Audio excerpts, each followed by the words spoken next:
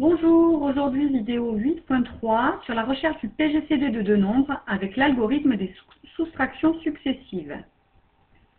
Alors, qu'est-ce qu'un algorithme? Un algorithme est tout simplement une liste d'instructions ou une liste de calculs permettant de trouver un résultat ou de résoudre un problème. Par exemple, vous avez déjà sûrement travaillé avec des programmes de calcul. Un programme de calcul est un algorithme.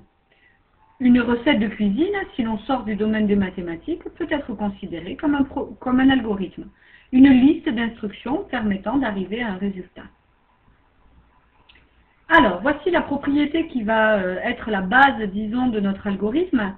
La propriété, c'est si deux nombres A et B sont des nombres entiers où A est plus petit que B, alors le PGCD de ces deux nombres, le PGCD de A et de B, est égal au PGCD de A, le plus petit des deux, et de la différence entre B et A.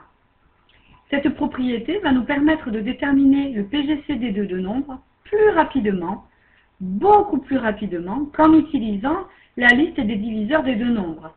Vous l'avez vu précédemment dans les exercices, établir deux listes de diviseurs est parfois assez long.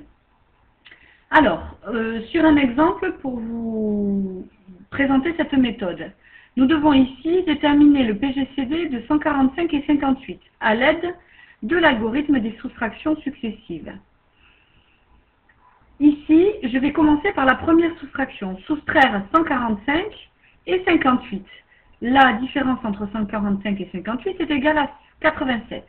Donc, si j'utilise la propriété, le PGCD de 145 et 58 est bien égal au PGCD de 58, le plus petit des deux, et de 87, qui est la différence entre les deux. Mon PGCD recherché est égal au PGCD du plus petit des deux nombres et de la différence entre les deux. Mais alors, si j'effectue la différence entre 87 et 58, je trouve 29. Toujours en utilisant cette propriété, le PGCD recherché de 58 et de 87 est donc égal au PGCD de 58, le plus petit des deux nombres qui sont en jeu, et de 29, le résultat de la différence entre les deux. Mais alors, je peux continuer. 58 moins 29 est égal à 29. Donc, d'après la propriété, le PGCD de 58 et de 29 est le même que celui de 29, le plus petit de ces deux nombres, et de 29, le résultat de leur différence. Or, ce que je sais, c'est que le PGCD d'un nombre et de lui-même est égal à lui-même. Le PGCD de 29 et de 29 est 29.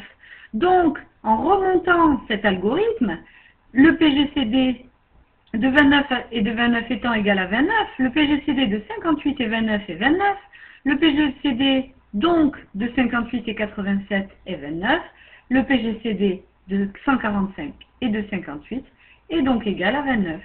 Et mon exercice est terminé. En utilisant trois soustractions, j'ai utilisé l'algorithme des soustractions successives pour déterminer le PGCD de 145 et de 58. Alors, dans la pratique, vous n'aurez pas à écrire toute cette partie-là.